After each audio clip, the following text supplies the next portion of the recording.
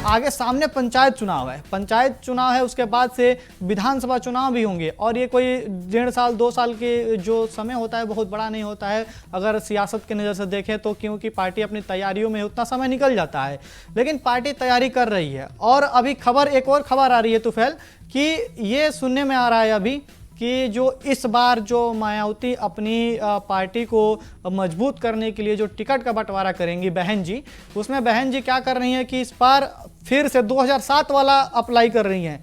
2007 में जब ये टिकट का बंटवारा की थी तो उसमें मुस्लिम और पिछड़े जो जाति के कैंडिडेट थे और उसके बाद से कुछ ब्राह्मणों को अपने पास समेटने की कोशिश की थी, जिसके बाद से इनको 55 बहुमत मिला था और ये मुख्यमंत्री बनी थी। तो ऐसा सुनने में आ रहा है कि 2027 में होने वाले चुनाव में भी इस बार वही फॉर्मूला अप्लाई करने वाली हैं और उसी रणनीति के तहत अपने 27 का जो है अपने पार्टी को मजबूत करने वाली हैं। तो इस बार क्या इसमें कितनी सच्चाई हो सकती है या ऐसा हो सकता है चुनाव में कि मुस्लिम और पिछड़े दलित समाज के जो कैंडिडेट हैं उनको मायावती टिकट दें और कुछ ब्राह्मण समाज को भी समेटने की कोशिश करें?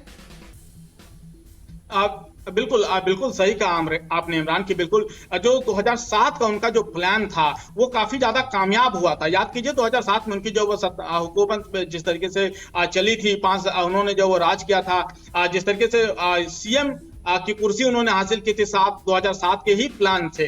तो अब उनको लग रहा है कि जिस जनाधार को वो खो चुकी हैं साल 2007 से, आप सोचे कि 7 से 12 तक उनका चला, फिर 12 में वो जो हट जाती है, 12 में अखिलेश आते हैं 17 तक, और फिर 17 के बाद जो अभी तक सीएम योगी जो है वो बाकायदा यूपी की गद्दी पर जो वो काबिज हैं। तो अब कहीं ना कहीं जो वो मायावती को दोबारा लग रहा है कि शायद जो फॉर्मूला वो पीछे छोड़ चुकी हैं, चाहे वो SC ST हो ओबीसी हो, उनको अपना वो कोर वोटर मानती हैं, खास करके SC ST को, चाहे वो मुस्लिम तबका हो खास करके, क्योंकि यूपी में जो है उस वक्त जो है मायावती पर बहुत ज्यादा भरोसा किया करते थे ओबीसी चेहरा। तो अब उन्हीं रुखों को लेकर के, उन्हीं समीकरण को देख करके या उन्हीं आंकड़ों को देख करके अब शायद मायावती के मन में भी ये लग रहा होगा कि शायद अगर वो यहां से अपना एक कुनबा बना लेंगी तो हो सकता है कि आने वाले समय में जो अपना जनाधार वो पूरी तरह से खो चुकी हैं। सोचिए कि 400 सीट में अगर आपके एक ही विधायक हैं तो आपके मन में क्या गुजरता होगा।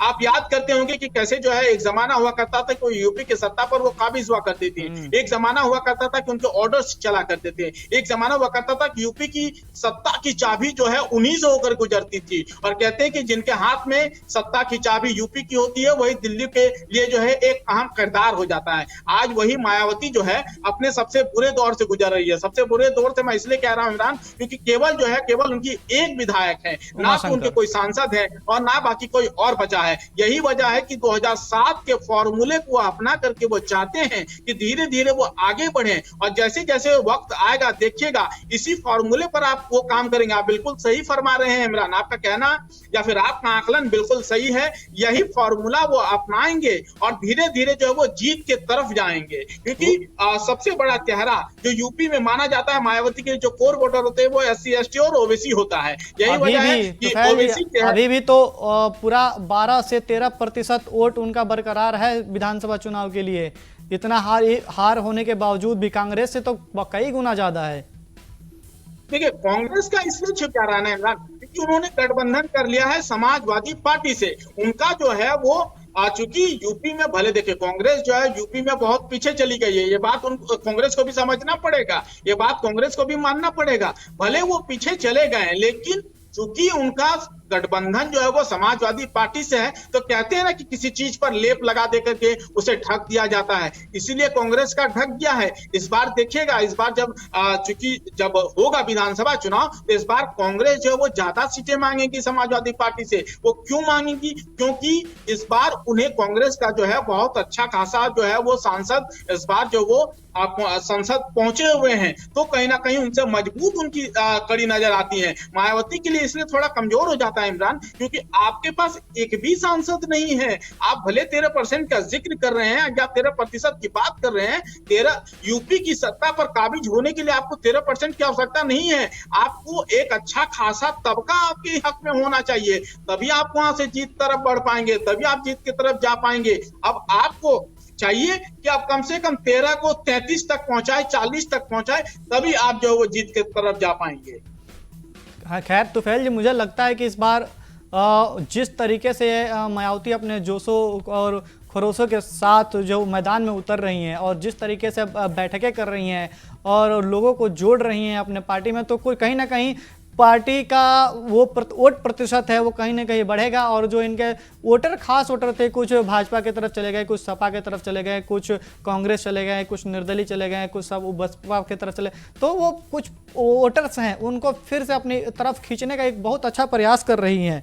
फिलहाल हम देखते हैं कि अगले सवाल की तरफ देखते हैं। तो पहले बड़ा मतलब दिलचस्प सवाल कह सकते हैं, बड़ा सवाल कह सकते हैं कि अगर मायावती के बाद बसपा में कौन सा चेहरा दिखाई दे रहा है जो आने वाले समय में बसपा का नैया पार लगा सकते हैं, जिनके ऊपर दायित्व दी जा सकती है, मायावती के बाद कौन सा चेहरा होगा?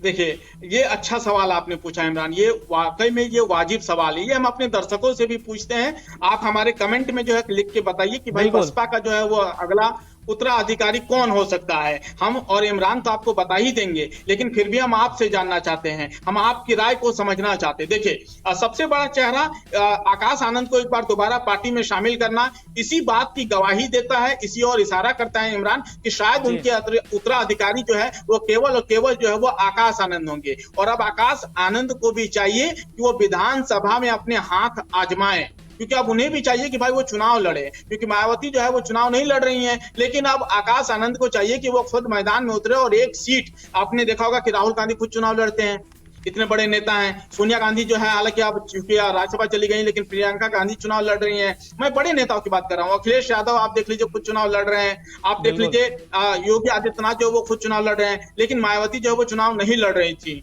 ठीक है, अब चाहिए, यहां से चाहिए कि आकाश आनंद को जो है वो खुद चुनाव लड़े, अपने धीरे धीरे जो है अपनी पार्टी को अपनी तरफ करें, और फिर एकदम से जो बैटल पास में, फिर से कह रहा हूं, एक कहावत है कि अगर जीतना हो जंग को या फिर किसी चीज को अगर जीतना हो तो आपको एक समय के बाद जो है वो बैटल को पास करना ही पड़ता है। आप किसी भी चीज में इस बात का उदाहरण ले सकते हैं। तो एक समय होगा, ये विधानसभा का चुनाव जो है यही जो है आकाश आनंद और मायावती के लिए जो है वो बैटल पास वाला है कि एक हाथ से दूसरे हाथ तक जो है बैटल पास करना पड़ेगा। और फिर धीरे धीरे जो है वो अभी जो जनाधार वो खो चुकी हैं, धीरे धीरे, चूंकि आकाश आनंद जो है एक बड़ा चेहरा है मायावती के लिए, चाहे बसपा के लिए, चाहे उनके समर्थकों के लिए बहुत बड़ा चेहरा है। जब वो चले गए थे, जब आकाश आनंद को पार्टी से बाहर का रास्ता दिखा दिया था मायावती ने, तो काफी ज्यादा समर्थक जो वो नाराज हो गए थे। और अब वो उन्होंने दोबारा चूंकि वापसी की है, उनकी घर वापसी हुई है, तो अब चाहिए कि वो धीरे धीरे अपने चेहरे को बनाएं और एक बार जो है वो चुनाव को जीते और फिर साबित कर दें कि आखिर कैसे जो है वो मायावती का पहले से भी जो है वो चर्चा चला है और अब भी जो वो चर्चा चलता रहेगा। देखना होगा कि क्या वाकई में इतना वो ऐसा हो पाता है कि आकाश आनंद खुद चुनाव लड़ पाते हैं या नहीं लड़ पाते हैं, ये बड़ा सवाल होगा इमरान। हमसे जुड़े रहने के लिए हमारे YouTube चैनल को सब्सक्राइब करें और नई वीडियो की नोटिफिकेशन के लिए बेल आइकॉन को दबाएं। अगर आप ये वीडियो Facebook पर देख रहे हैं तो लाइक जरूर करें और ज्यादा से ज्यादा शेयर करें। धन्यवाद।